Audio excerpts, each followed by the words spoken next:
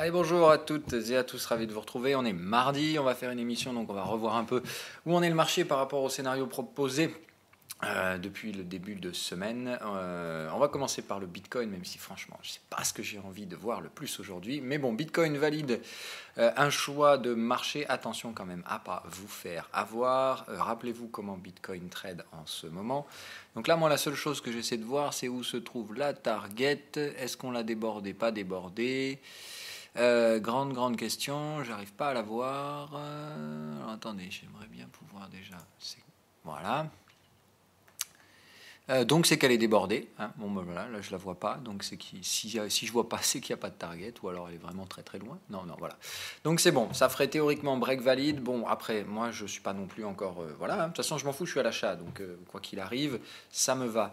Mais rappelez-vous le scénario que j'avais engagé pour l'instant, c'était donc de, dans un premier temps effectivement, essayer d'aller se diriger tout doucement. Voilà, je pense qu'on a quand même encore un peu de potentiel haussier. On voit bien que sur la zone de prix, le momentum a quand même commencé à annoncer qu'il veut une petite direction haussière, donc je m'attends quand même à un nouveau petit pump éventuellement. Et l'objectif, c'est vraiment d'essayer d'imprimer un semblant de retournement sur le weekly, donc c'est-à-dire d'arriver à essayer de repasser au-dessus de la chandelle weekly précédente, ne serait-ce que temporairement, ça montrerait déjà un signe de faible prise en main vendeuse. L'autre chose, évidemment, c'est en gros, ce break-là, il est complètement bloqué par les vendeurs, qui empêchent littéralement de venir accéder à cette zone. Dans ce cas-là, si ça venait à retomber, casser le support, c'est game over. Il faudra évidemment sortir. Moi, je ne sécurise pas le trade pour l'instant, tout simplement parce que la zone de sécurisation, qui fait partie du scénario, elle se trouve plus haut. Je sécurise donc plus haut. C'est aussi simple que ça. Bon, ce scénario-là, on l'a plutôt invalidé, donc pour l'instant, je pense très peu de probabilité de le voir se dérouler. Pour l'instant, celui-là, beaucoup plus de chances. Donc un premier pump, éventuellement un petit deuxième, mais attention, c'est pas non plus garanti, il faut quand même pas faire n'importe quoi. Moi, il va de soi que maintenant, tout pullback dans la zone bleue, avec un signal d'achat, bien entendu. Donc c'est-à-dire si ça se fait rapidement et que ça vient invalider le niveau du breakout, il n'y a absolument rien à acheter. Ça veut juste dire que dans ce cas-là, on est dans un gros range, dans le meilleur des cas, et qu'il faudra donc être très patient. Et dans le pire des cas, ce sera un break de contre-pied. C'est-à-dire que si on vient ici et qu'on réaccélère sous le break, on viendra probablement essayer de péter les stops, miens y compris. Donc pour l'instant, pas d'euphorie, absolument pas. On est dans un marché qui montre en tout cas qu'il y a bien quelques acheteurs ici, ou surtout en tout cas de la demande acheteuse. Ça peut très bien être seulement des vendeurs qui sortent.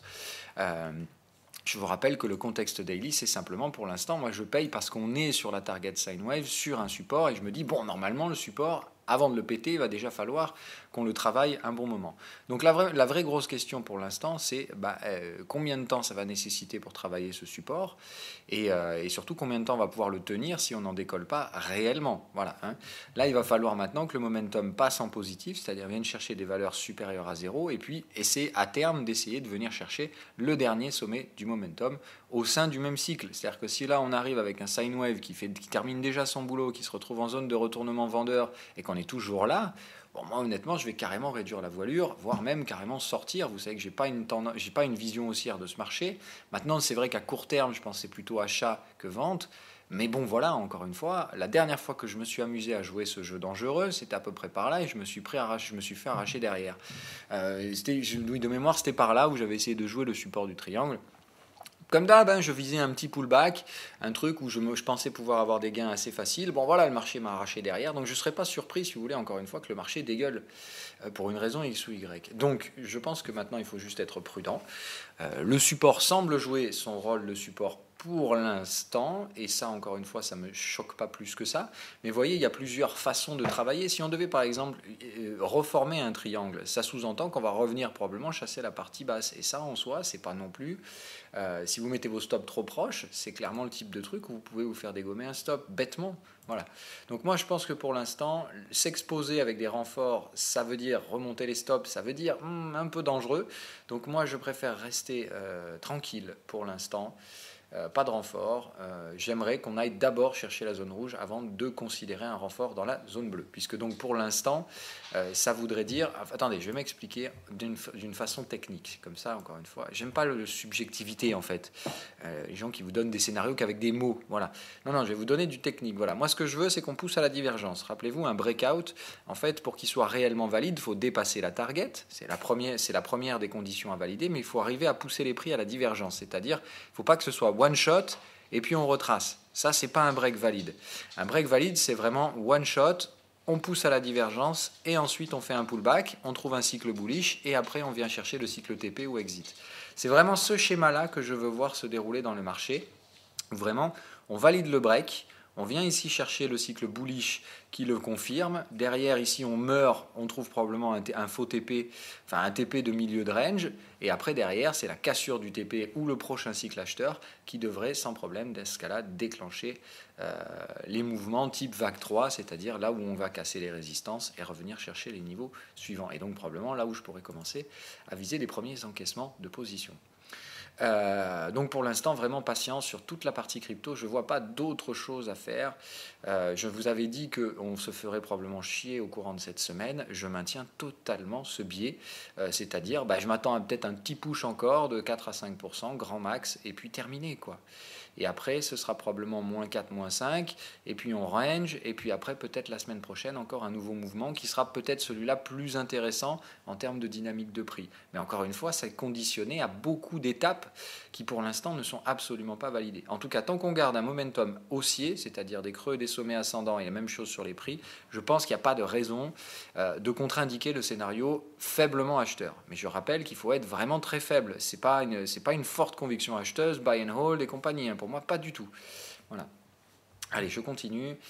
Alors, par quoi on va commencer? Allez, si. Bon, le FX d'abord. Allez, on va parler des mauvaises choses. Donc, allez, GBP, USD, ça se passe pas bien. Ils arrivent à nous péter le support, encore une fois. Donc, la question, pourquoi faire bon, en fait, moi, je pensais qu'on était dans un range. Apparemment, non, puisque le break baissier semble l'emporter. Hein, vous voyez, c'est bien ça. Ça push. Et là, on est en train de pousser à la divergence. Ça veut donc dire qu'il y a plus de vendeurs que d'acheteurs. Bon, je ne comprends pas. Je comprends. La compréhension, c'est évidemment cette saloperie de dollars, encore une fois. Qui commence sérieusement à m'emmerder, celui-là. Mais bon, on va rester tranquille là-dessus. Moi, je stoppe où? Voilà, c'est vraiment la question. Où est-ce que je vais me poser des questions? Bon, il se peut qu'on revienne tester cette zone de volume pour une raison, pour moi, qui m'échappe. On est à 50% de retracement dans une tendance haussière. Normalement, en dessous, ça commence à gêner dans le mouvement haussier. Surtout qu'après une belle vague 3 étendue, normalement on ne retrace pas 50% du mouvement, hein, on est plutôt en général sur des retracements de type 38%, moi c'est pour ça que c'est à partir de là que je commençais déjà à rechercher des achats sur le GBP USD. Bon, maintenant on a des gros catalyseurs qui arrivent, c'est demain la grosse journée GBP, il est possible que le marché cherche à former son bottom, à chercher un max d'acheteurs avant, voilà. Moi, ce que je vois, c'est on est en train d'essayer de construire tant bien que mal un petit momentum acheteur. On est bien en zone de retournement sine wave daily. Donc pour moi, en termes de contexte, on vient chercher une zone technique de support avec un Fibo 50. Il n'y a pas de raison spécialement d'aller plus bas, hein, pour ma part, sauf mauvaise nouvelle demain. Mais encore une fois, qu'est-ce qu'on peut avoir comme mauvaise nouvelle? On les a déjà toutes en fait, côté UK. Donc bon, on peut très bien enfoncer le couteau, mais je pense qu'au bout d'un moment, c'est surtout l'aspect dollar qui va arrêter ces conneries et qui fait que mécaniquement, toutes les paires de devises vont remonter un petit peu face au dollar, puisque se sont fait démonter sur les derniers mois. Voilà, là, il faut bien être conscient que pour l'instant, c'est strong dollar, et on lâche rien, on ira au bout du monde. Voilà, bon, au bout d'un moment, cette mécanique, quand même, il faut être conscient que ça va se calmer. Hein. Je ne sais pas pourquoi il y a ça encore, mais bon, j'ai pas de vente de dollars pour l'instant, mais je vais pas tarder à en reprendre. Hein. Alors pas tout de suite, et puis c'est pas des ventes, hein. Mais bon, il faut être conscient. Voilà, le marché là, il a envie d'emmerder le monde. On sent que le dollar, il a envie d'aller chercher sa zone résistante supérieure. Bon, et qu'il le fasse, voilà. Mais une fois que ce sera fait, après, il faut être conscient que c'est des mouvements de repli assez importants qui nous attendent, des baisses de 2 à 3% sur le dollar. Moi, je pense qu'on reviendra même ici, on va dire minimum là. Mais il me semble que cette zone crée une demande. Et attention, hein, le dollar, je vous rappelle encore une fois, on est peut-être dans un mouvement très emmerdant, c'est-à-dire des creux et sommets, enfin des sommets ascendants et des creux descendants, ce qu'on appelle donc un biseau d'élargissement ou un porte-voix ou Dieu sait quoi. C'est une structure merdique, hein. À trader, c'est l'enfer. Mais il faut être conscient que voilà, normalement, il y a quand même une structure d'accumulation avant de partir dans la phase complètement tendancielle dans ce truc-là. C'est-à-dire qu'il faut être conscient qu'ici, par exemple, on avait des pullbacks. Là, on est dans un marché qui a l'air déjà de se projeter à 110, 115.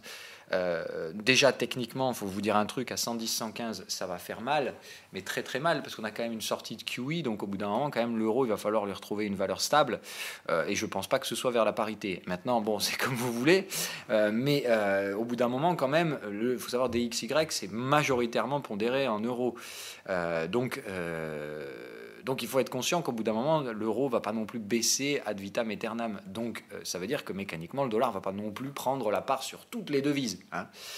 Donc je pense qu'il faut quand même rester calme sur la partie dollar, même si ce trade, encore une fois, ça a été un magnifique trade. Il va de soi que celui-là, quand j'étais dedans, c'était un plaisir de le voir monter, le dollar.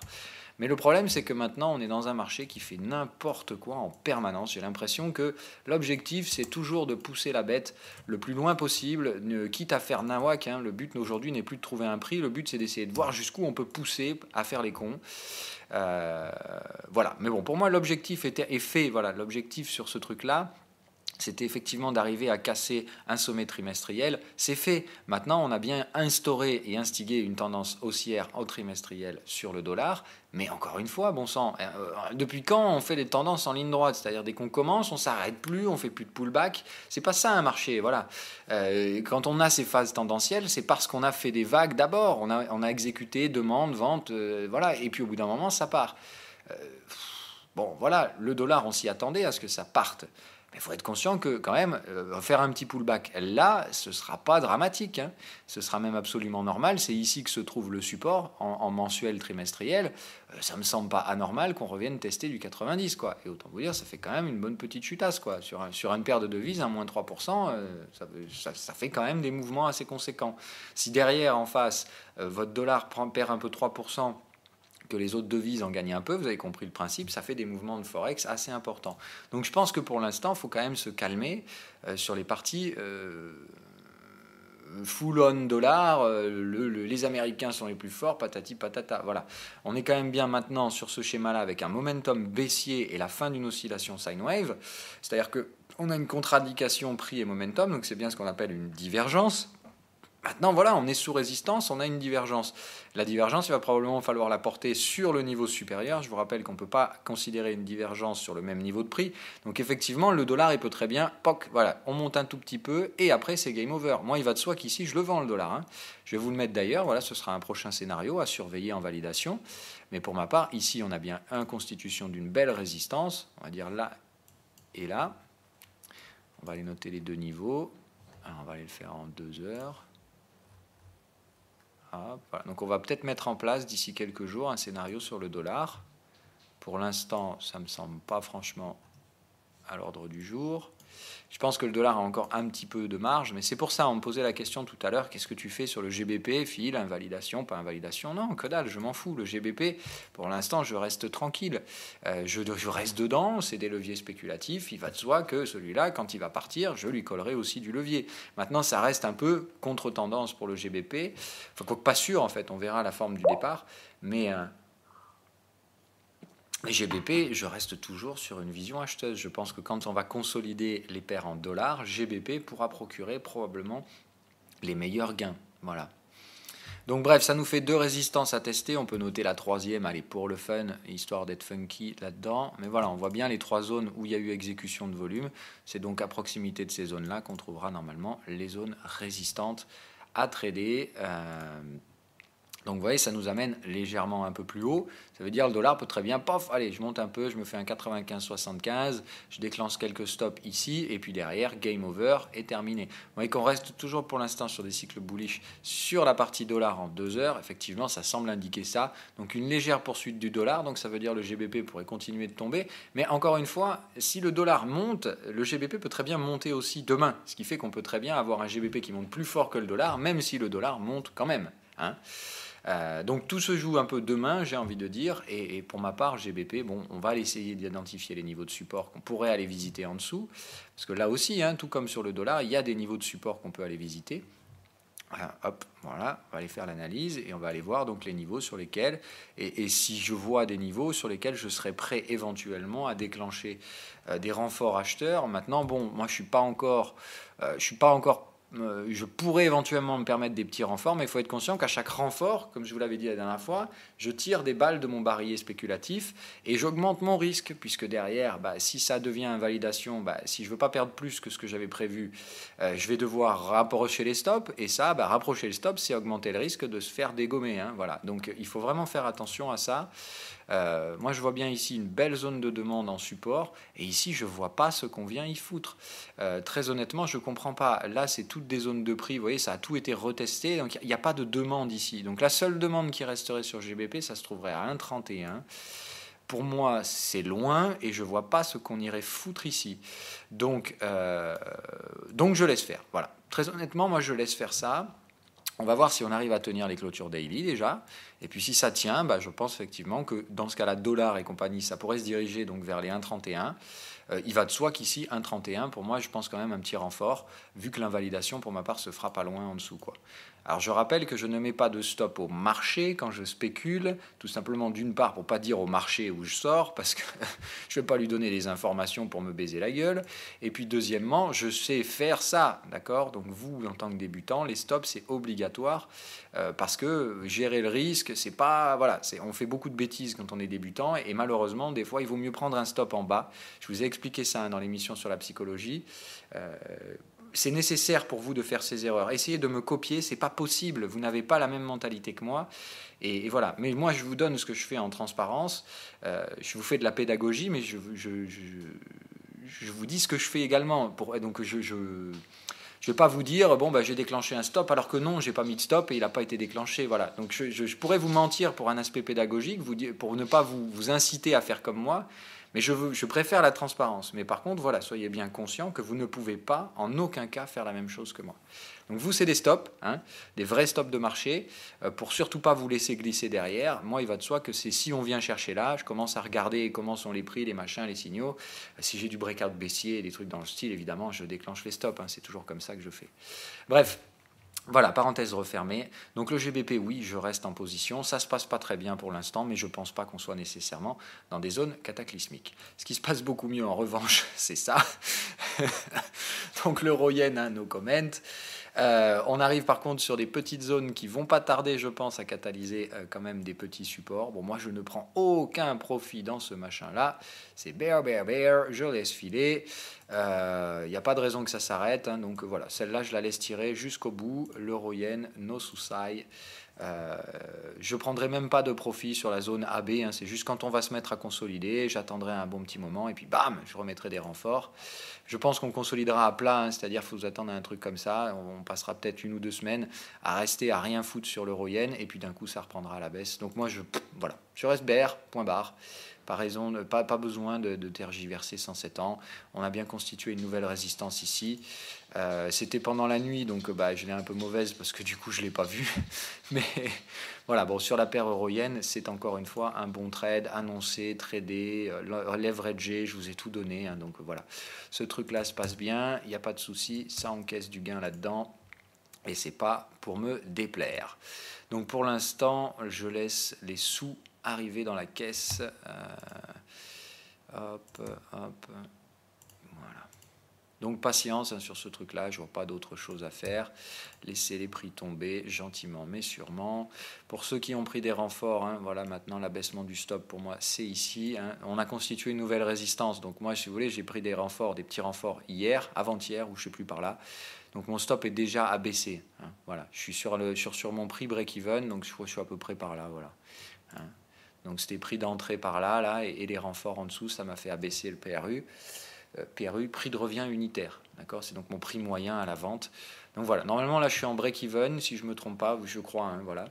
Donc pas encore du stop-win, c'est-à-dire que si le marché devait remonter, il va me chasser les stops à 0 et il m'effacera tous les gains. Mais pour l'instant, ça ne m'a pas l'air parti pour. Donc je reste dans ce schéma-là. Hein. Attention à ne pas abaisser les stops trop vite. Donc là voilà, hein, vous voyez, pour l'instant, pour moi, ce n'est pas le moment d'être ultra leveragé. Pour moi, la partie max leverage sur l'euro-yen, là je crois que de mémoire je dois être à 3 ou 4 sur l'euro-yen, 3. Et voilà, là où je mettrai du levier, c'est une fois qu'on aura validé le point B. Vous voyez, là où je pourrais, à partir du point A et du point B, projeter mon point C, vraiment identifier ma target, complètement gérer mon risque. À ce stade-là, voilà, je serai effectivement beaucoup plus serein dans des positionnements un peu plus agressivement vendeur. Pour l'instant, voilà, il me semble qu'aller au-delà des leviers que j'ai actuellement, c'est très dangereux parce que plus vous mettez de levier, plus vous abaissez le prix de revient unitaire. Et vous voyez, sur une news ou une connerie comme ça, vous pouvez très bien avoir un bam là. En plus, on a Mario Draghi qui parle en ce moment. Si ça devait s'amuser à remonter, voilà, c'est le truc débile où malheureusement vous passez à côté de très gros gains parce que vous avez pris un peu trop de risques. Il faut bien savoir maintenir son risque dans une zone acceptable.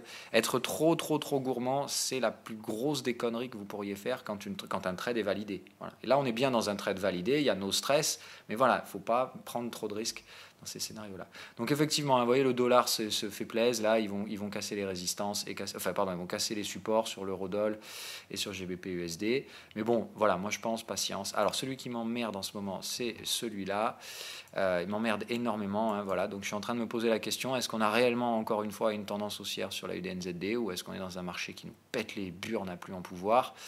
Est-ce qu'on fait un pullback sur ce canal? On est sur des zones où franchement normalement c'est gratos. Là c'est un truc de ouf. Pour moi, quoi qu'il en soit, tous mes renforts sont exécutés. Je ne vois pas de momentum baissier. Hein. C'est ça qui me gêne. C'est que je vois un momentum qui attend de partir à la hausse, mais putain, ça passe pas, quoi. Voilà, c'est impressionnant. Cette paire de devises m'aura pété les couilles pendant des mois. Pardon pour le truc, hein, mais autant vous dire, voilà, cette paire de devises, c'est depuis octobre de l'année dernière qu'elle m'emmerde. Et qu'elle fausse le timing et que voilà. Bon, c'est très chiant à trader. Donc je pense toujours pas qu'on soit dans une tendance baissière, puisqu'en fait c'est tout comme cette grosse phase de baisse emmerdante là où mais pourquoi ça baisse? Bon voilà, aujourd'hui je pense qu'on fait une belle vague 2, mais je comprends pas les structures de prix pour l'instant, ça me gêne en fait. Ce qui m'emmerde, c'est ça, c'est le fait que ici dans la structure, on voit bien 2 vagues à la hausse et c'est pas normal. On ne doit pas casser des supports quand on a fait 2 vagues à la hausse, on doit en faire 3 pour montrer un semblant de tendance haussière. On est supposé, je vous rappelle, être dans une vague étendue. Donc encore une fois, on peut faire des pullbacks profonds au début de la vague. Mais normalement, on ne doit jamais casser des supports. Donc je ne comprends pas ce qu'on fout ici, encore une fois, sur la UDNZD. Mais on y est et ça me gêne. Voilà, ça me gêne considérablement parce que si on devait basculer là-dessous, c'est pour aller chercher quoi? Voilà, je ne vois pas vraiment de zone qui catalyse de la demande. Allez, un petit peu de demande ici, pourquoi pas. Mais voilà, moi ce qui m'emmerde vraiment sur la UDNZD, c'est que c'est une paire, quand elle part, on l'arrête plus, quoi. J'ai l'impression que le machin c'est un tank et que d'un coup il y a un swing qui sort n'importe où, tu sais pas pourquoi. Voilà, là par exemple, ça se met à baisser, il n'y avait pas de raison spéciale, et puis d'un coup ça s'arrête plus. Et puis il n'y a pas de pullback qui vous permette de sortir, c'est un truc, c'est monstrueux, quoi. Donc je me dis, bon, au bout d'un moment, on va peut-être attendre que ça reparte à la hausse, hein, donc j'invalide pas du tout le scénario, je maintiens totalement ma conscience acheteuse dans la UDNZD, mais ça m'emmerde, parce que moi j'ai des prix de revient unitaire par là, et j'ai pas du tout envie qu'on revienne ici, hein, voilà, mais pas du tout, j'ai du levier, hein, ça veut dire que si on s'amuse à basculer en négatif, ça fait mal sur le compte, hein, voilà. Bon, après c'est toujours du latent, ce qui fait que je m'en fous, que la position elle passe en négatif pendant 2, 3, 4 ou 1 ou 2 semaines, ça me gêne pas. Mais voilà, j'aimerais autant que faire se peut qu'on retrouve quand même un sentiment acheteur pour être beaucoup plus serein. Quand j'ouvre le compte le matin, j'ai envie de voir la UDNZD faire partie des performeurs, pas de ceux qui me plombent le compte. Voilà. Donc pour l'instant, j'attends qu'on réactive ce momentum ici et je voudrais enfin le voir donc passer à l'achat. Donc je veux voir là une prochaine vague, j'espère. Donc c'est cette nuit, je crois qu'on a la... Voilà. C'est ça, cette nuit, 3h du mat, donc celle-là, je l'attends, hein, je m'attends bien donc à ce que voilà, on arrive ici, et bam, le PIB NZD nous permette de, je ne sais plus si c'est ça, hein, voilà, c'est le PIB du NZD qui peut donc, je l'espère, enfin faire en sorte que le NZD arrête de prendre le pas sur son compère AUD pour l'instant. Donc de toute façon, si on analyse, je ne vais pas le faire là parce qu'on n'a pas le temps, mais si on analyse l'AUD et le NZD, même chose, on arrive sur des zones un peu charnières, je pense qu'on va pouvoir retrouver des acheteurs, mais le problème, encore une fois, c'est de savoir est-ce qu'on va demander les prix qui se trouvent en dessous, ce qui serait en soi extrêmement gênant. Je vous rappelle qu'on est quand même d'ores et déjà sur du 61% de retracement, hein. C'est beaucoup. Normalement, dans une vague étendue, retracer 61%, c'est énorme. Normalement, on ne fait pas ça. On n'a pas besoin généralement de retracer 61%. Donc je vais quand même noter dans le cas où on soit vraiment dans une vague 2, mais encore une fois, ce qui m'emmerde, c'est que normalement, c'est pas par là que ça se passe. Voilà. Si je suis pragmatique, c'est pas dans cette zone-là que ça se passe. Dans le sens où... Oula. Okay. qu'est-ce que j'ai foutu? Oui, non, attendez, hop, je vais garder celui-là je le dégomme. Ouais, on est bien dans la zone cluster, normalement ici c'est là où on devrait rechercher des achats. On était bien dans un cycle acheteur faible, on est bien ici donc dans un report, donc ce qu'on cherche c'est les supports qui se trouvent entre là et là, quoi. Mais encore une fois, ça donne une zone tellement énorme. Moi, ce que je voudrais, voilà, c'est vraiment, paf, on repasse au-dessus du niveau original. Ça montre le fait qu'on a trouvé notre bottom. Sur ce support-là, je préférerais que ce soit celui-là plutôt que celui-là. Maintenant, ici, il y a un gros cluster technique, mais encore une fois, un cluster, ça ne sous-entend pas nécessairement que les prix vont se travailler ici. Voilà. Donc, je reste pour l'instant en patience. Voilà, en fait, malheureusement, malgré moi, j'ai pas d'autre choix. Ce sera soit par là, soit par là. Le truc, c'est qu'ici, je vois aucune demande sur les prix. Vous voyez, il n'y a pas de zone support qui pourrait attirer d'une quelconque façon. Donc, ça me laisse à penser que je me demande ce qu'on pourrait aller foutre ici. Et je me dis, dans ce cas-là, ça laisse quoi comme option? Soit ici, effectivement, avec un catalyseur, on vient mécher rapidos, soit en fait, c'est ici qu'on a trouvé le support, 61%, et on repart dans une belle tendance haussière. Comme je vous dis, encore une fois, normalement, si je ne me suis pas trompé et qu'on est bien dans une vague étendue, c'est-à-dire à la suite de cette leading diagonale, on a fait une vague 2 extrêmement profonde. Normalement, après une leading diagonale, la vague 2 est peu profonde et courte en durée. Donc là, on a déjà fait une vague 2 extrêmement longue. Donc là, on serait dans une vague 1, 2, et là, on serait dans une sous-vague 1 d'une vague qui va être étendue. Normalement, on ne retrace pas plus de 61% dans ces schémas-là. Hein. Voilà. Puis quand vous le voyez en daily, vous voyez bien qu'ici, mis à part cette zone-là, il n'y a vraiment aucune demande qui se trouve plus bas. Donc, qu'est-ce qu'on irait foutre plus bas que ça? Voilà.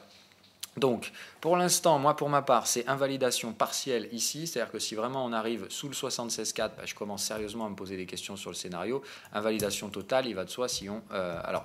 donc c'est... Voilà, là, il y a bien pour moi un stop de marché. Hein. On passe là-dessous, là, c'est cataclysme, c'est invalidation complète du scénario. Ça veut dire qu'on n'est pas du tout dans un schéma haussier. Et là, pour le coup, c'est extrêmement dangereux. Et là, ça voudrait dire que si on casse ce support, c'est qu'on va casser cela dans la foulée, qu'on est complètement dans un gros range. Mais je ne pense pas. Hein. Voilà. Moi, je vous maintiens que pour moi, ce truc-là, c'est malheureusement un marché qui va d'un coup, bam, et se décorréler complètement pour revenir chercher son ancienne zone d'équilibre du début de cycle économique. Et pour l'instant, donc, patience. Hein, voilà, il n'y a pas d'autre option que ça. Attendre de retrouver enfin un petit momentum haussier. Alors oui, voilà, il y a ça aussi en termes d'éléments chartistes que je peux vous faire noter immédiatement. Rappelez-vous toujours, on regarde son sine wave et son momentum. Donc là, sine wave, c'est boule. Donc ça vous dit quoi? Ça veut dire on ne vend pas les supports. Quand on arrive sur les supports, on les achète. Donc on est sur un support, on achète, à condition d'avoir un signal de momentum. Momentum, là, il ne vous donne pas de signal. Mais honnêtement, si là, graphiquement parlant, vous ne me trouvez pas un signal d'achat, on a un problème.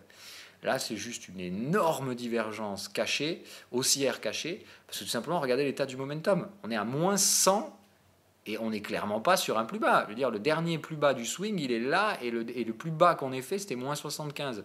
Donc là, on est bien plus bas en termes d'énergie dépensée dans le marché pour baisser. Et on est carrément au-dessus des supports pour l'instant. Donc pour moi, ce support-là, il tient, quoi. Et au maxi, on va s'emmerder à aller chercher celui-là. Pour le plaisir, enfin, franchement, mais c'est vraiment pour le plaisir. Ici, on fait une petite mèche à cause du catalyseur, mais après, c'est terminé, game over. Pour moi, le prochain cycle haussier, là, c'est un cycle qui va casser des résistances. Parce que la divergence cachée, elle relance la tendance et elle permet du coup les franchissements de résistance. C'est-à-dire que normalement, là derrière, si on valide, la question c'est de savoir où. Hein, voilà. Quand on aura validé, après, c'est ça qu'il faudra faire. Trouver le bottom, donc soit là, je vous dis, soit un petit peu en dessous, on vient chercher le niveau en bleu. Pourquoi pas? Je vais pas me... Encore une fois, ça fait partie du cadre. Mais si on va chercher le support en dessous, là, je ne suis pas du tout embêté. Hein, voilà, c'est pas un problème. Ça va me faire chier parce que j'aimerais que ça décolle enfin, mais voilà, pour l'instant, ça ne le fait pas. De toute façon, tant qu'on n'a pas fait un avalement haussier, tant que j'ai pas une bougie qui va clôturer au-dessus du plus haut du jour précédent, voilà, vous voyez, c'est un truc comme ça que je veux. Et puis derrière, vous voyez qu'on va lancer une tendance haussière qui va durer 3 mois et puis ça ne s'arrêtera plus.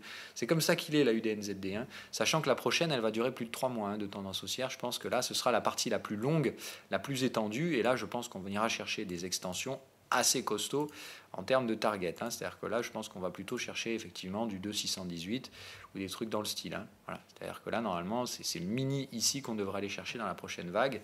On va aller regarder si ça correspond à des niveaux. Voilà, vous voyez, hein, de toute façon, ici, il n'y a pas d'intérêt. Là, je pense que cette zone, on va la traiter, mais qu'on va la déborder. Et je vise franchement sans problème ces zones-là après. Hein. Donc du 1,19 pour des prochaines prises de profit. C'est-à-dire que là, normalement, le prochain cycle haussier, il casse tout. les résistances, le canal, il va tout péter, puisqu'on sera dans la vague étendue et dans la vague 3, dans la sous-vague 3 de la vague étendue. Donc normalement, c'est là où on fait les gains, où on les empile et où on se gave. Donc pour l'instant, vraiment patience. Voilà. Mais tous les signaux sont au vert, pardon. Il faut juste un peu de patience. On est dans la zone d'activation, mais la UDNZD, pour l'instant, continue de péter les burnes parce que c'est un truc, c'est un tunnel, quoi. Quand il est dans un tunnel baissier, il voit que 15 sens de marche, et d'un coup, il faut lui tarter la tronche pour lui faire comprendre qu'on va dans l'autre sens. Donc, il va falloir attendre qu'il y ait un mouvement qui fasse en sorte que les gens arrêtent d'arbitrer pour l'instant à la baisse sur la UDNZD. Voilà pour la partie Forex. On passe sur les comos. Alors le gold, bon, c'est encore très bien tenu par les vendeurs, ce merdier. Malgré la baisse des US ce matin, mais encore une fois, qui fait chier sur le gold ? Le dollar. Donc voilà, le dollar, on voit qu'il a encore un peu de marge. Par contre, vous soyez conscient que quand le dollar va se péter la gueule, et que si les indices se pètent la gueule, comme je le pense très sincèrement, autant vous dire que ça va commencer à couiner, et que le dollar, que le gold, tout d'un coup, il va devenir très attractif.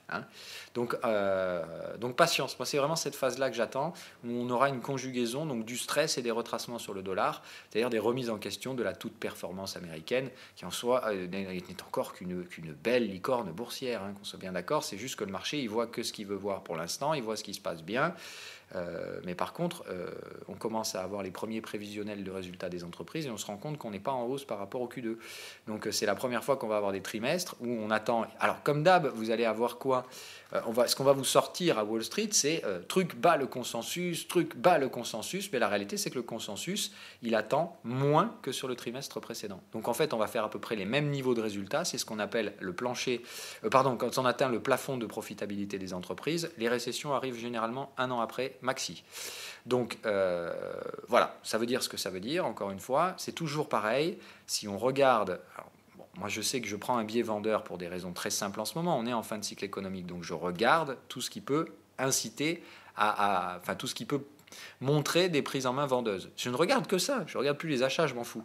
Mais encore une fois, voilà, il y a quand même beaucoup d'éléments maintenant qui commenceraient à inviter à la prudence, et je veux voir maintenant cette prudence se catalyser sur les prix. C'est la chose qu'on commence à voir ce matin. Donc les scénarios indiciels sont validés. J'attends évidemment de me gaver sur mon petit papa le VIX, qui n'aura donc pas tenu l'expiration à mon grand plaisir, puisque, nom de Dieu, celui-là j'avais du levier et il commençait sérieusement à m'embêter. J'avais pas un levier de dingo, mais j'étais en max sur le levier.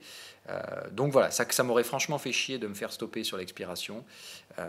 Donc je suis bien content ce matin de le voir passer en positif. Comme ça, je vais pouvoir récupérer mes gains avant la fin de l'expiration et me repositionner donc sur la prochaine pour jouer, je l'espère, une explosion de volatilité. On va voir, on va identifier, parce qu'attention, on est quand même sur des niveaux là pour l'instant où il ne faut pas se mettre ultra bull, ultra bear. On va en parler. Allez, attendez. Donc voilà, on va se mettre donc junk bonds. Ça fait partie du truc. Je suis curieux de voir aujourd'hui comment vont se comporter les junks. C'est ce qui permettra de savoir si Wall Street va ranger encore un bon coup, ou si Wall Street c'est déjà game over et qu'on est parti pour des mouvements de baisse qui s'étendront à terme, je pense, jusqu'à du moins 15. C'est la grande question, voilà. Donc le repo toujours se stabilise autour des 2%, mais vous voyez que c'est comme quand on jouait avec les 3% du 10 years, du 10 ans américain. Donc voilà, on fait mumuse, mais vous voyez, le repo reste proche de, mais inférieur à 2%.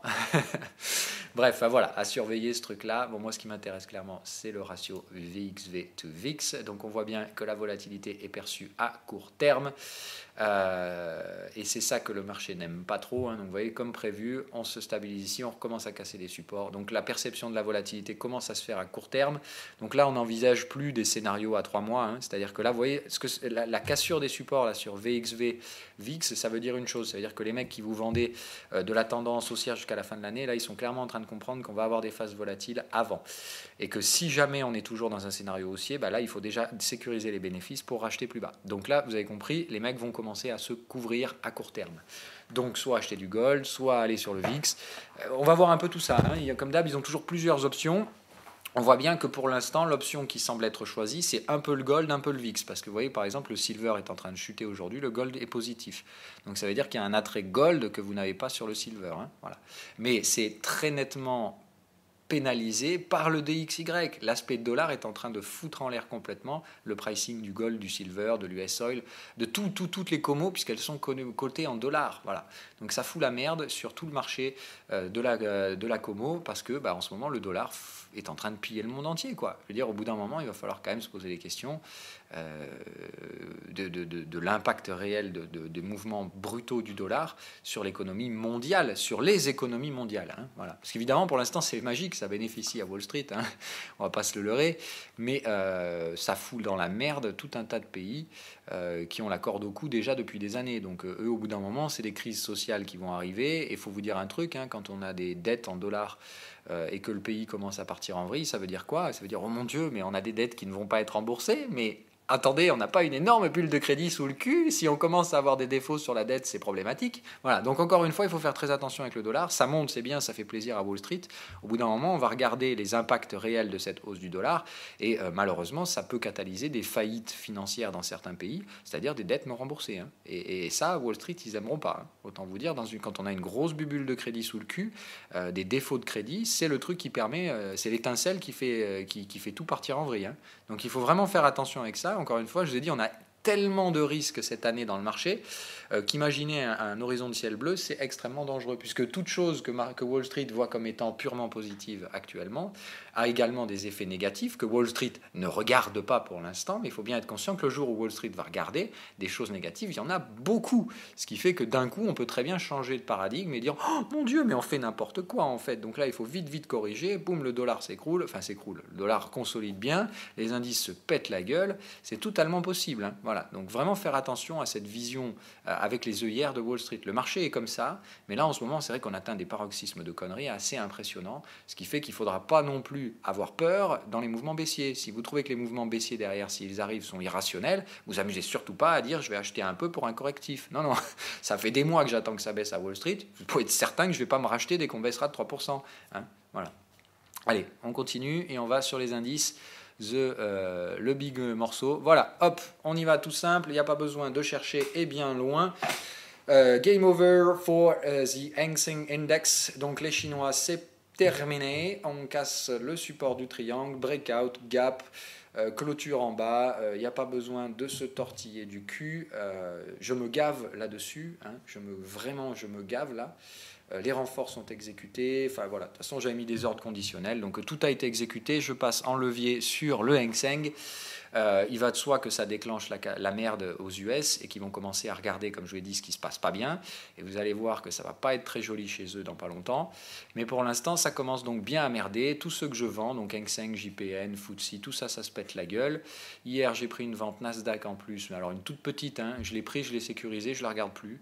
Ce matin, elle me fait déjà gagner 500 balles. Voilà. Bon, c'est des trucs comme ça, hein, mais c'est des petites ventes que je rajoute, hein, tout simplement. Mais celle-là, voilà, c'est un trade sécurisé, je ne la regarde plus. Donc le S&P, no comment, hein, voilà, aussi ça commence à chuter. L'Eurostoxx, le GR, voilà. Enfin bon, ce matin, je suis plutôt heureux de me réveiller, hein, autant vous le dire. Le compte fait plutôt du bien. Donc voilà, il y a des jours un peu chiants, il y a des choses qui vont pas bien, encore une fois. Donc là, par exemple, dans le compte ce matin, celui qui me fait chier, c'est la UDNZD, parce que c'est celui sur lequel j'ai du levier et qui perd. Mais je peux vous dire, c'est très largement compensé par cette jolie surprise sur le Hang Seng ce matin. Plus le VIX, plus voilà, hein, tous les trucs qui aussi me plombaient le compte les derniers jours, donc le S&P, le VIX et tout ça, ça ne me plombait pas le compte, mais ça, c'est vrai, c'était un gros boulet que je traînais derrière. Bon voilà, ce matin, ce boulet-là, il est libéré, mais j'ai le boulet AUDNZD qui continue de gonfler, et lui, il commence sérieusement à me faire chier. Le GBP-USD, bon, pour l'instant, lui, sur le compte, il est complètement négligeable, mais voilà, il faut être conscient, donc qu'aujourd'hui, l'euro-yen, ça me fait... L'euro-yen en fait me permet de combler la partie AUDNZD, quasiment. Un peu plus ça même, puisque j'ai dit l'euro-yen, je dois avoir un levier 3, il me semble, AUDNZD, je suis déjà à 4,5 là. Donc effectivement, ça comble à peu près l'un dans l'autre. Donc sur la partie FX, ce matin, je ne prends pas spécialement de gain, mais comme le GBP se pète la gueule, ça doit plutôt être dans le rouge ce matin sur la partie Forex. Bon, sur la partie indicielle, là, c'est du gros vert dans tous les sens. Donc aujourd'hui, oui, le compte fait franchement plaisir à voir, mais vraiment patience, pas d'euphorie. Et voilà, on passe sur la partie S&P 500. Donc faites attention, on est sur le support qui avait été identifié. Hein. Il va de soi que je ne ferai pas de prise de profit. Alors je vous laisse 2 secondes le temps de réfléchir quand même, parce que j'aime pas juste vous nourrir, mais essayer de vous faire réfléchir. Qu'est-ce qui vous invite à penser, enfin, qu'est-ce qui fait que je ne prends pas mes profits, hein? Bon, c'est tout con, il y a un breakout. S'il n'y avait pas de break, il va de soi que je prendrais des profits, hein. Ce support, il était identifié. Là, c'est gros break baissier, on arrive sur la trendline, ça veut dire qu'on va probablement breaker cette trendline. Moi, ce qui m'intéresse maintenant, c'est de voir Wall Street se péter la gueule en ligne droite jusqu'à la deuxième zone. Je vous rappelle qu'il y avait 2 scénarios qui avaient été anticipés, hein. Donc celui-là, ça fait partie du deuxième scénario, celui que je voulais, où on se dirige sans problème normalement vers la zone ici, et j'espère la casser un petit peu derrière. C'est-à-dire, vous voyez, hop, on vient faire une vague 3 ici, on remonte un peu, on se fait une 5, et après... c'est game over à Wall Street, les boules vont commencer à comprendre que c'est pas bon, qu'il faut penser à passer vendeur. Vous voyez, c'est-à-dire qu'il faut vraiment leur enfler le support ici pour leur faire comprendre et leur faire rentrer dans le crâne bien dur que c'est fini les tendances haussières. Voilà. Mais tant qu'on ne leur prendra pas un support, ils vont être là à se dire ah ouais, mais alors on a retracé 28, 38%, 48%. Ah bon, ouais. Voilà. Pour le moment, ils sont en train de se dire on consolide avant de repartir haussier. Hein. C'est ce que se disent tous les boules. Les breakouts baissiers, là, ça indique plutôt qu'on va leur mettre bien profond, mais que pour l'instant, ils ne le voient pas. Hein. Donc on va voir si on arrive à valider ces breaks. Ce serait un bon objectif. Pour l'instant, ce n'est pas le cas. Je vous rappelle que la target est là et qu'on est sur le support juste au-dessus de la target. Donc si les boules veulent réactiver, ils peuvent le faire. Et s'ils le font, vous avez compris le principe. Donc j'ai fait quoi? Allez, deuxième question, qu'est-ce que je viens de faire ce matin? Est-ce que j'ai renforcé comme un couillon à Wall Street? Non, voilà, pour le moment je ne peux pas renforcer, c'est bien trop prématuré. Ça me forcerait à abaisser des stops qui sont déjà bas, puisque je vous rappelle que moi j'ai quand même tenu des ventes qui tenaient de là sur le S&P 500. Donc c'est bien beau d'avoir renforcé en haut, mais il se trouve que j'ai un PRU par là, au niveau du breakout. Donc je ne fais certainement pas de renfort ce matin, parce que ça ne me ferait qu'une chose, ça ne ferait que me forcer à rabaisser encore plus mon stop. Donc non, mon stop je l'ai abaissé, c'est-à-dire que maintenant je ne vise plus les 2841, hein, voilà, mais mon stop est là. C'est-à-dire que là maintenant il va de soi que si Wall Street remonte un peu, et je pense qu'ils peuvent le faire sans problème, ce sera pour chercher éventuellement une sous-vague 2, hein, c'est-à-dire dans ce cas-là un niveau retraçant, okay, mais il va de soi que si on fait ça, je ne veux clairement pas qu'on dépasse le point d'origine. C'est-à-dire que là, si Wall Street, pour une raison X ou Y, ils arrivent à me trouver la force de revenir chercher les 2890, je ne veux plus en être.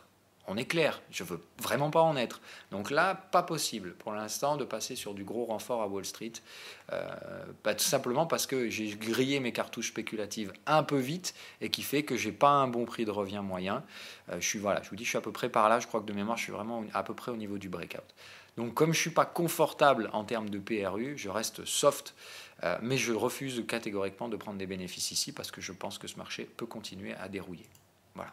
Donc moi, ce qui va m'intéresser, c'est tout simplement de laisser filer ce truc-là, en sachant que du coup, j'ai pris des petits renforts sur le Nasdaq et des trucs comme ça, que j'ai revendu du coup hier Facebook. Il y a quoi d'autre que j'ai vendu hier? Je crois que j'ai repris un tout petit peu de Tesla. Donc je pense que ces trucs-là, ce matin, ils vont se faire dézinguer, mais au possible. D'ailleurs, on va faire les analyses des actions ce matin. Donc voilà. Donc Tesla, hein, moi ce qui m'intéresse c'est qu'on est là, on est là, on est venu tester ici pile poil, donc moi c'est à peu près ce prix là que j'ai pris hier, donc on est sur cette dernière résistance, en gros au-dessus c'est Tesla, il n'y a plus de limite, c'est boule, tout va bien dans le meilleur des mondes. Regardez comment elle est la trail line. Moi quand j'ai ce genre de truc en général ça fait BAM, ça prend tout le monde, c'est-à-dire qu'on va commencer à retrouver des petites surprises je pense sur Tesla. Je vais vous donner mon nouveau schéma graphique. Donc voilà, Tesla, je pense qu'on est dans un WXY, c'est-à-dire une structure consolidante qui va évidemment prendre tous les boules à revers et ils vont pas le sentir passer. Enfin, ils vont bien le sentir passer. Alors on va se mettre en daily. On fait comme toujours l'analyse d'abord du contexte. Voilà, pour moi le contexte de Tesla, c'est ça. Hein. Donc ils m'ont cassé les couilles, j'ai toujours pensé que cette structure-là n'était pas haussière et j'avais simplement besoin de trouver une nouvelle structure qui m'y amenait. Donc voilà, la structure que j'ai trouvée hier et dans laquelle donc je trade. Hop, hop. Alors, je vous ai montré pourquoi je tradais hier, parce qu'on est dans un cycle exit en 15 minutes. Donc on va faire une review de tout le trade. Voilà, comme ça vous aurez tout de A à Z. C'est vrai que hier je voulais poster dans le Discord, mais je ne vous ai pas donné réellement toutes les explications. On va les faire ce matin, les explications. Voilà. Donc on est encore dans une structure de type sous-vague ABC, donc des vagues consolidantes et non pas des vagues tendancielles. On vient chercher donc généralement une target 100-127, ce qui m'amène à penser que ce qu'on a clôturé en haut hier, on va clôturer en bas aujourd'hui. C'est pour ça que j'ai vendu, hein, voilà. Tout simplement. Mais ayant vu cette toute petite résistance là-haut, je me suis dit, ok, super, le marché vient juste chercher ça, demain il va se faire cartoucher à la baisse. Donc aujourd'hui, Tesla, je m'attends à ce que ça fasse du moins 4, moins 5, hein, et qu'on vienne clôturer en avalement baissier, et qu'on prenne tous les boules à contre-pied. C'est-à-dire que derrière, il faut vous attendre à ce qu'on fasse un nouvel ensemble de vagues ABC, d'accord, avec la vague A qui vient généralement casser la vague B, hein, c'est-à-dire que ça fait un truc comme ça derrière, je pense. Ok, Tesla, je m'attends à un truc pareil. Donc là, je m'attends à ce que Tesla, on vienne les dérouiller sous le point B et ils vont pas le sentir venir, celui-là. Je pense qu'ils sont tous en train de se dire, c'est bon, Tesla, tranquille, sommet historique, tout va bien, Elon Musk rachète des actions, tu vas voir. Moi, je vais te démonter tout ce petit merdier. Par contre, je veux une confirmation aujourd'hui. Je veux un avalement baissier et je commencerai à prendre des renforts. J'ai été clair hier, je n'ai pris que des petites miettes. C'est-à-dire, je me suis dit, allez, je remets un petit pied dans l'eau à Tesla parce que j'ai un scénario et que je veux le trader. Maintenant, il va de soi que je ne suis pas non plus ultra confiant sur la partie Tesla pour l'instant. D'accord? Donc, qu'on soit bien d'accord. On revient ici. Voilà, donc en 2 heures, pourquoi j'ai accepté de vendre hier? Voilà, donc on est en cycle vendeur faible, on avait effectivement un momentum un peu suracheté, et tout simplement, je suis venu en 15 minutes, et on avait un exit, je crois, par là, ou un truc comme ça. On va attendre, en TP, what the fuck? Je dois confondre avec, qu'est-ce que j'ai pris hier? Ah oui, Tesla et Facebook. Bon, c'était peut-être Facebook alors. On va aller voir après. Mais bon, voilà. Ici, vous voyez bien donc, les signaux. Donc, c'est-à-dire là, ça poussait un petit peu en fin de séance. Voilà, moi, il va qu'un truc comme ça m'intéresse sans problème de rester vendeur. Donc là, ce que je veux, évidemment, c'est qu'on revienne retracer tout ça gentiment, mais sûrement. Donc, je reste vendeur de Tesla jusqu'à nouvel ordre. Je veux voir aujourd'hui un gap baissier et un avalement journalier pour bien signaler le fucking de tous les acheteurs. Le trade ne peut en aucun cas être validé tant qu'on n'est pas allé former un support et le casser. C'est-à-dire qu'en termes de structure de prix, il faut au minimum faire un truc du style. Alors, le support peut se faire là, j'en sais rien, hein, honnêtement. Même ici, tout ce que je veux, c'est ça. C'est vraiment avoir une structure vague 1, 2, 3. Quand j'aurai ça, c'est-à-dire 2 swings baissiers de suite, je pourrai valider mon trade et commencer à passer à des renforts. Voilà. Hein. Donc, c'est-à-dire que je veux marquer un support, je veux un pullback qui ne parvient pas à dépasser le sommet, et c'est en cassure du point initial que je passerai donc avec les renforts sur Tesla. Donc je m'attends à ça aujourd'hui, gap baissier entre guillemets, on va probablement pousser à travers le support, retracer en milieu fin de séance, je vais donc essayer de vendre ce retracement sur Tesla entre les aujourd'hui, demain, et enfin d'ici la fin de semaine, normalement, si Tesla doit donner un renversement vendeur, je pense qu'ils le feront probablement aujourd'hui. Et ce sera à choper sur pullback avec des renforts dans les jours qui suivront, voire peut-être même aujourd'hui. Hein. Si je vous dis, si ça devient panique à bord à Wall Street et qu'on enchaîne les baisses, et encore une fois, je ne vois pas de raison quelconque de remonter. La Chine commence à montrer que c'est mort. Et je vous rappelle que si la Chine déclenche, c'est le monde entier qui déclenche. Donc je pense que Wall Street, quoi qu'il arrive maintenant, ils n'auront pas le choix que de tomber avec les Chinois. Allez, qu'est-ce que j'ai d'autre à vous donner? Alors oui, les contrats de taux en Europe, voilà, on arrive sur la zone pullback, on est bien dans un schéma qui m'intéresse, donc pour l'instant tranquille, hein, pour l'instant tout doux, mais ce truc-là, je vais acheter. Alors normalement aujourd'hui, hein, je pense qu'on devrait y arriver gentiment. Hein, voilà, vu la tronche du DAX, je pense que sans problème, on devrait arriver là-dedans. Je rachète des taux à 10 ans allemands sur la prochaine échéance. Donc là, c'est cool. On vient de démarrer une échéance sur les taux. Donc c'est parfait. J'ai un mois de hausse à venir, je pense, sur les taux en Europe. Tout doux, hein, voilà. Je pense y aller doucement, mais il me semble qu'on est quand même dans un marché assez intéressant ici pour se positionner. Tout doux, hein, voilà, on est bien d'accord. Là, je ne passe pas sur mes convictions de taux où je dis achat de taux avec levier et compagnie. Pour l'instant, je vais y aller ultra mollo sur la partie Bund. Voilà. Donc, hop, Nasdaq 100, c'est rentré en portefeuille. Voilà, c'est tout. Alors, j'aurais pu prendre le dos, hein, mais je préférais prendre le Nasdaq.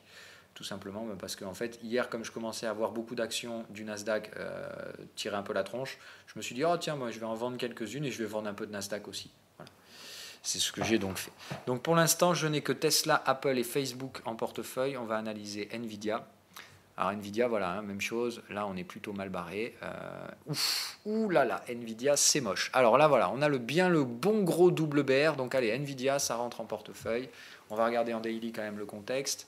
On est bien sur la zone de prix recherchée. On a le breakout, il faut l'invalider. On a l'avalement baissier avec la clôture sous le plus bas. Ok, donc Nvidia, allez, c'est parti. Ah non, pardon, c'est une clôture haussière. Ouais, je dis n'importe quoi.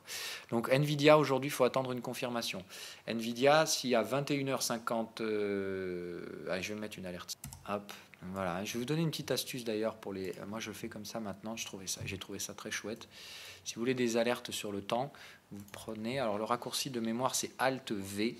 Donc, aujourd'hui, à 21h30, allez, 21h40, 30, oui, ce sera bien. Donc, Alt V. Voilà, vous mettez une alerte là-dessus. Hop.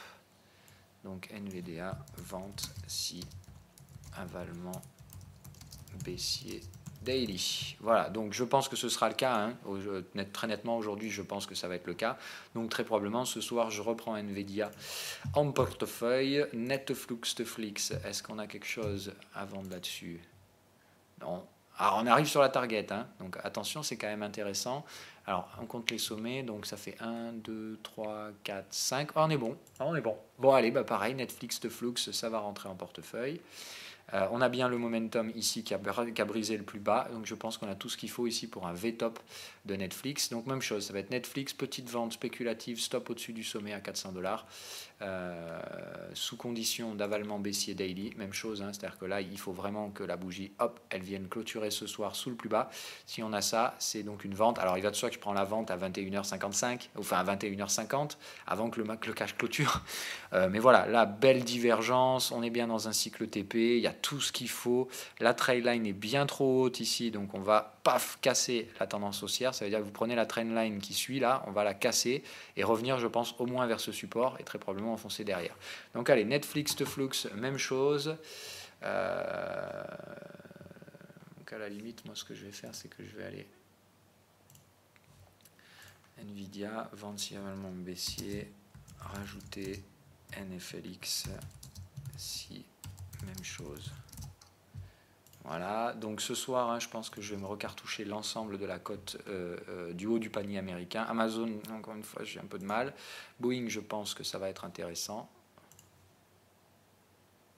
Ouf, ah ouais, voilà, bon, Boeing, c'est...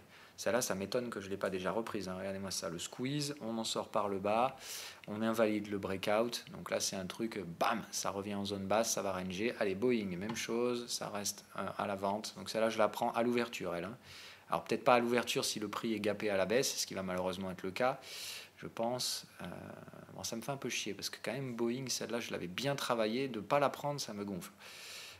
Voilà, General Electric, je reste à l'achat. Hein. Je pense qu'aujourd'hui, elle est sur son support et elle va nous faire un BAM. C'est-à-dire que considérez ça comme une valeur refuge, General Electric. Donc je pense qu'elle va pas tarder. Regardez, bam, en daily, on est bien en fin de cycle haussier, fin de cycle baissier, donc zone de renversement haussier. On est bien divergent entre deux zones support. On est bien dans la zone bleue qui était recherchée. On est déjà en exit. Qui a déjà été validé. Donc en gros, ça c'est un petit excès à la con, et dès qu'on repasse au-dessus du exit, ça valide le signal. Donc là, je pense que sans problème, on devrait avoir aujourd'hui une hausse General Electric pour venir chercher mes zones target. Donc General Electric, moi de toute façon, bon, j'ai renforcé déjà, donc je ne vais pas renforcer, mais je reste à l'achat de mon General Electric. Je pense que cette semaine, elle est pour moi. J'aurais été très patient, mais honnêtement, je pense que celle-là, c'est moi qui vais faire des gains et pas les boules. Donc on verra bien, mais voilà, je passe donc revendeur probablement de l'intégralité de la côte merdique américaine, c'est-à-dire tous les trucs qui sont surpricés. Amazon quand même, je vais pour le délire quand même, vous voyez, le tentative de break et tout, honnêtement, c'est un truc ça, juste pour... Bon, après, c'est pas cool, j'aime pas faire ça. Mais c'est juste pour... j'aime bien des fois faire ce genre de truc. C'est-à-dire que tout le monde te dit, il faut surtout pas vendre Amazon, c'est pas possible, c'est super beau, il y a un business model, il y a un machin. Moi, j'adore faire fermer leur gueule à ces gens-là. C'est-à-dire, du coup, prendre une vente, et puis quand ça a bien fonctionné, derrière, leur rappeler gentiment qu'ils disaient n'importe quoi avant. Donc, on va voir. Je vais peut-être la prendre quand même Amazon, mais alors, il faut quand même être conscient que celle-là, si je la prends, ce sera vraiment du faible levier. J'ai pas envie de vendre Amazon du tout. Et je pense que ça peut aller légèrement plus haut. C'est tac, juste pour emmerder le monde, 1760. Mais bon, voilà, il va de soi que si l'ensemble de la cote US se fait démonte, on voit bien qu'ici, ça commence déjà à passer bear. On va regarder en 2 heures, est-ce qu'on a quelque chose à se mettre sous la dent en termes de signal. Ouais, bon ben voilà, on est sur un report d'exit, même si là honnêtement le exit je comprends pas trop pourquoi il s'est déclenché là. Là franchement ouais non c'est un peu bon, l'exit aurait pas vraiment dû se déclencher là, donc je dirais qu'il reste quand même un peu de marge, et pour moi le cluster se trouve un peu plus haut, ouais, sur les 1760, donc je dirais quand même peut-être un peu de patience. On voit que le momentum il a quand même du mal, il est toujours en contraction, donc tendance à penser que ce truc-là peut quand même avoir un peu de potentiel. Ça fait un plus 2%. Voilà, pour un Amazon, c'est vraiment pas compliqué à faire. Donc voilà. Mais il faut être conscient, encore une fois, Amazon, quand même, l'année dernière, enfin, il y a même pas un an, même moins que ça, on était quand même à $1000. On est à 1007. C'est un truc de dingo. C'est vraiment un truc de dingo. Alors oui, effectivement, il y a quand même des hausses de profits et compagnie, mais les profits, ils n'ont pas sauté de 70% non plus. Donc voilà, il faut se calmer. Hein. Même là, même pondéré à l'inflation. Enfin, je sais pas combien doit être le ratio PE d'Amazon, mais ça doit être un truc de ouf maintenant. Je pense que doit être à 300 ou 400 sur le PE d'Amazon. Je vais aller regarder quand même parce que je préfère avoir donc MZN PE ratio. Alors, on est à combien de PE? Alors, PE ratio. Ah oui, on est à 610.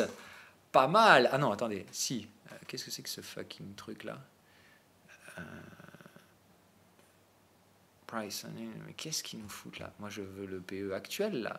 Pourquoi ils mettent 2015? Je comprends pas là. On va aller sur un autre site.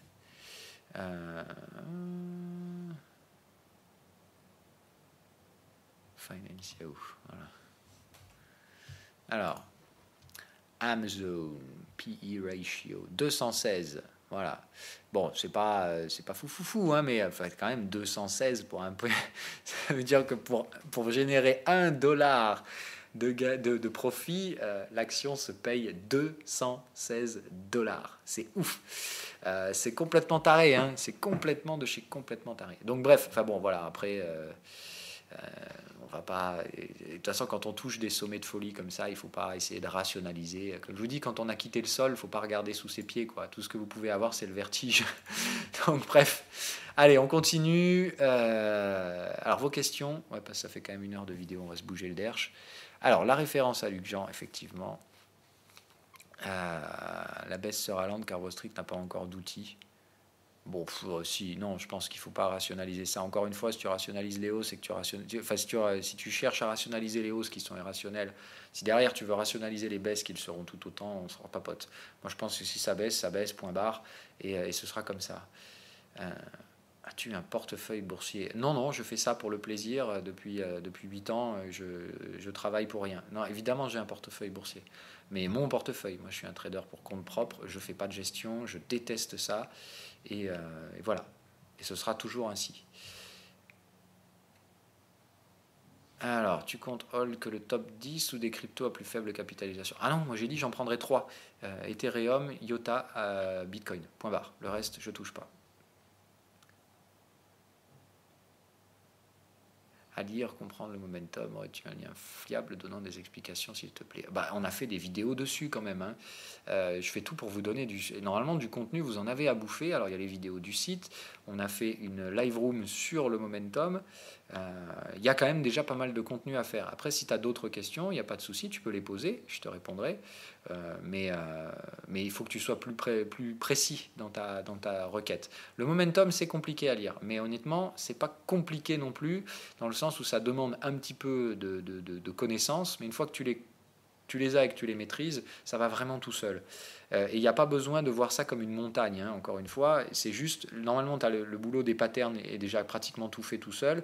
Il n'y a que de temps en temps, il n'arrivera pas à détecter certaines divergences. Et ça, il faudra que tu les fasses toi-même. Mais encore une fois, on a parlé de ça dans l'émission Live Room sur le momentum. Donc normalement, là, c'est quelque chose que tu dois savoir. Et si tu ne sais pas, je t'invite à regarder la vidéo. Alors, Pour se poser la question, les vrais traders ne font pas de vidéos sur YouTube. Sachez une chose, quand c'est gratuit, c'est que c'est vous le produit. Plus vous ferez ce qu'il vous dit, et plus pour celui qui fait la vidéo empochera les gains. Alors toi, mon petit gars, on va pas être potes, mais je vais répondre à ton commentaire de merde. Les vrais traders ne font pas de vidéos sur YouTube. Bon, bah, j'aimerais bien savoir à partir de quoi tu te bases, hein, puisque jusqu'à preuve du contraire, je suis quand même un vrai trader et je fais des vidéos. Quand c'est gratuit, c'est que c'est vous le produit. Alors qu'est-ce que je te vends? Voilà, hein, qu'on soit bien d'accord. Tu regardes une vidéo YouTube, il n'y a pas de pub sur mes vidéos, je ne gagne pas un centime. Je ne vends rien du tout, je ne fais pas le moindre placement produit dans mes machins. Ce que je te dis à la fin de la vidéo, pensez à acheter mes indicateurs quand même, c'est important. Non, non, alors faut que tu arrêtes de te foutre de ma gueule. Je suis gentil, mais il ne faut pas non plus me prendre pour un imbécile. Donc,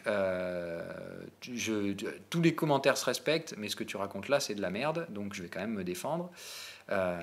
Donc, j'empoche pas de gain sur la partie de vidéo, qu'on soit bien d'accord. Moi, je vous partage gratos ce que j'ai appris pendant 8 ans. Ça vaut un max de pognon. Il y a des mecs qui vous font payer ça plus d'une dizaine de milliers d'euros. Et moi, je vous file tout ça gratuit. Donc oui, c'est gratuit. Et si ça te plaît pas, bah, tu t'en vas. Hein, on est bien d'accord. Donc tu fais ce que tu veux, il n'y a pas de problème. Mais je me défends également, d'accord. Moi, chez moi, je suis pratiquement le seul à vous filer du contenu gratos, vraiment gratos. Je veux dire, je vous fais même pas ça pour vous teaser, pour vous vendre une merde VIP dans 6 mois. Je vous ai toujours dit, ce sera toujours gratos. Je ne changerai jamais. Et je l'ai dit dans des dizaines de vidéos. Et encore une fois, si jamais un jour vous me voyez vous proposer un service VIP à la con, genre pour avoir accès à tel contenu, il va falloir vous abonner, vous pourrez prendre toutes ces vidéos et me dire t'es un gros bullshit, Phil, t'es un gros mytho. Et je vous jure que ça n'arrivera jamais. Je ne vous ferai jamais rien payer du savoir. Pour une raison purement et simplement éthique, je vous l'ai toujours dit, pour moi le savoir, ça a une valeur inestimable. Donc c'est soit ça vaut l'infini, soit ça vaut zéro. Et à partir de ce choix-là, pour moi, je ne peux pas vous faire payer l'infini, donc je vous fais payer zéro, point barre. Et il n'y aura jamais de contenu payant éducatif. Et ce sera toujours ouvert à tout le monde, que vous ayez les indicateurs ou pas. Et encore une fois, je ne vous fais pas de pub pour les indicateurs. Ces trucs-là, l'objectif, c'est vraiment pas de vous dire, allez, je suis trop fort, voilà, mais c'est uniquement grâce à mes indicateurs. Non, je suis fort parce que ça fait 8 ans que je bosse. Hein. Et les indicateurs, certes, ils sont bien, mais encore une fois, ils ne sont pas indispensables du tout. Hein. Et la plupart d'entre vous ne vous les avez pas. Et pourtant, ça ne vous empêche pas d'avoir le contenu intraday. Et pire que ça, en plus, je veux dire, je vous fais l'analyse. C'est-à-dire que techniquement, vous n'avez même pas besoin de prendre les indicateurs. Vous n'avez qu'à m'écouter, puisque moi, je les ai sur les graphiques et je les lis pour vous. Donc, c'est vraiment pas... Voilà, faut arrêter. Moi, je vous vends rien et j'en ai rien à foutre de gagner de l'argent sur votre dos, qu'on soit bien clair. Je gagne déjà suffisamment bien ma vie et je fais ça par plaisir. Ça me fait plaisir de partager. Faut peut-être à bout d'un moment comprendre ça aussi. Il n'y a pas que le pognon dans la vie. Il y a des choses bien plus importantes. Et franchement, pour moi, transmettre le savoir, je pense que c'est la seule chose qui donne de la valeur à ce savoir. Donc voilà, ça ne va pas chercher plus loin que ça, mon cher Onyx. Je sais que tu fais probablement partie des gens qui voient le mal partout, mais c'est pas grave. Rassure-toi, il y a quand même des gens bien dans ce monde-là, et j'espère en faire partie.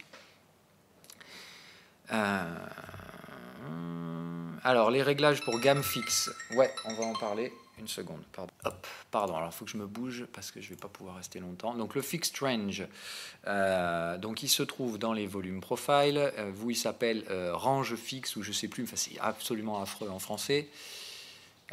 Donc le principe, voilà, c'est comme toujours pareil, tu mets ton truc. Alors il faut choisir des chandeliers quand même, sinon ça ne veut rien dire. Voilà. Hop. Donc moi ce que je fais, parce qu'il faut savoir à quoi correspondent les différents réglages, comme moi je veux de la précision, moi en général je mets 500 lignes, c'est-à-dire tu mets number of rows et tu passes à 500, ça te permet d'avoir donc 500 unités de calcul du volume, donc ça te donne bien une bonne précision.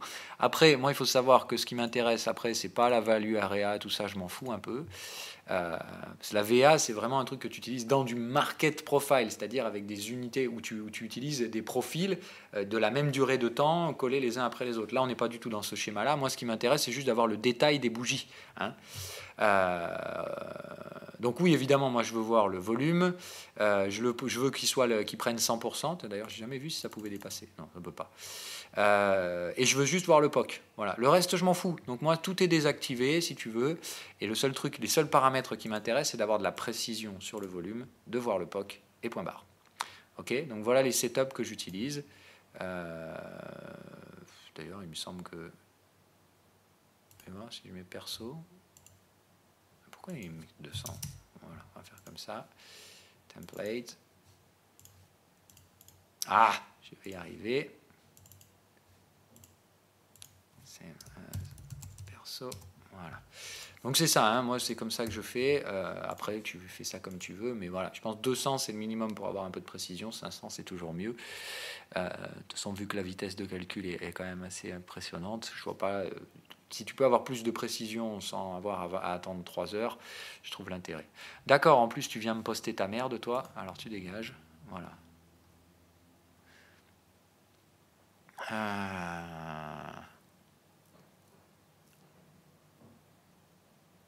Alors, en général, moi, le premier renfort, je garde le stop au même endroit.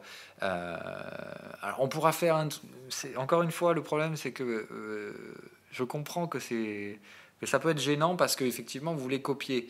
Mais je vous l'ai dit, moi, j'ai un money management qui est très sophistiqué dans le sens où moi, je peux m'adapter à la situation et à la perception que j'ai du risque. Alors que vous, en général, il faut plutôt voir ça comme un scénario binaire. C'est-à-dire, vous arrivez, vous savez que vous invalidez si on arrive là, vous savez que vous validez si on arrive là et vous êtes rentré là. Et vous, il faut vraiment que ce soit binaire.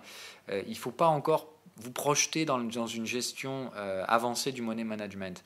Moi, je vous le dis pour la transparence, mais il ne faut pas me chercher à me copier là-dessus. Il est logique que vous, parfois, vous ayez des stops déclenchés, là où moi, je ne les déclencherai pas.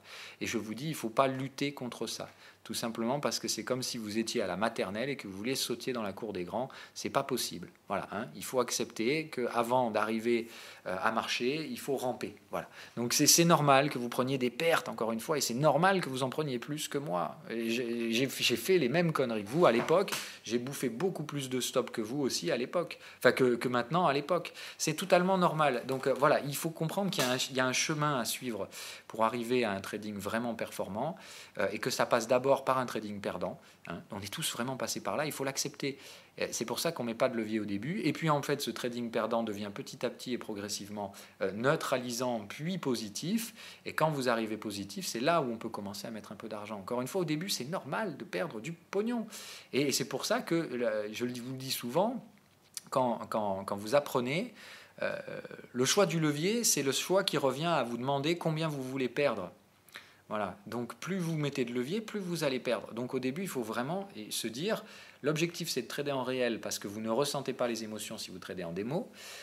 Mais encore une fois, il vaut mieux parfois trader 1 ou 2 micro-contrats et perdre à la fin de l'année 200 ou 300 balles que de vous faire enfler la tronche à devoir laisser 3 ou 4 000 balles parce que vous avez voulu traiter 10 contrats. C'est ça le truc. C'est vraiment comme ça, je pense qu'il faut le voir. Accepter que ça prendra du temps, quoi qu'il arrive.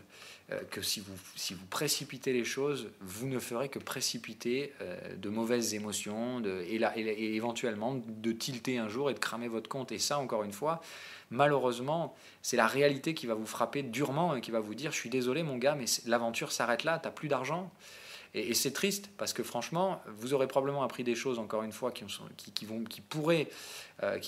sont vraiment, qui ont une valeur humaine énorme. Apprendre à comprendre les marchés financiers, c'est vraiment au-dessus c'est pas au-dessus, mais c'est quelque chose que très peu de gens peuvent faire. Donc c'est très valorisant de comprendre ces choses-là. Mais malheureusement, si vous avez dû cramer votre capital pour ça, c'est aussi très con. C'est aussi très très con. Donc l'objectif, c'est déjà au moins de ne pas perdre votre capital. Comme ça, la valeur des choses que vous apprendrez feront toujours que vous n'aurez pas perdu votre temps. Hein, voilà. Au moins, mais si vous devez, pour apprendre ces choses-là, perdre tout votre capital, là c'est vraiment vraiment con. Voilà. Allez, bref, parenthèse refermée. De toute façon, malheureusement, je sais que pour la plupart d'entre vous, malgré tous les conseils que je peux vous donner, vous ferez l'erreur de mettre du levier et beaucoup d'entre vous se crameront les ailes là-dessus parce qu'on sait que de toute façon, depuis des années, plus on donne des conseils à ce niveau-là, moins les gens les suivent. Donc, je vous invite encore une fois à m'écouter et à le suivre, mais encore une fois, je peux pas choisir pour vous. Hein. Croyez-moi, si je pouvais le faire, je le ferais. C'est-à-dire tout simplement, en fait, je vous donnerais des comptes de trading et puis je vous dirais, ok, voilà, mais tu peux trader qu'avec ce cadre-là. C'est-à-dire que là, tu peux pas exécuter plus de 2 contrats. Mais encore une fois, voilà, malheureusement, ça, les brokers le font pas. C'est tout leur intérêt, évidemment, mais voilà. Un jour, peut-être, on aura un broker pour débutants qui vous encadrera et qui vous interdira d'avoir un money management dangereux, c'est-à-dire qui vous interdira de traiter plus de lots que ce que vous pouvez faire. Mais encore une fois, quelle serait la rentabilité de ce broker? C'est la grande question. puisque évidemment, le business model du broker, c'est que plus vous tradez, plus il gagne, donc il ne va pas vous inciter à trader moins, hein, c'est normal. Mais bon, voilà, c'est encore une fois, chacun fait son business, et effectivement, eux, ils sont là pour gagner de l'argent, et eux, effectivement, ils vous vendent quelque chose, et voilà. Mais bon, c'est comme ça. Allez, je vous laisse, bonne journée à toutes et à tous, bye bye, et à demain.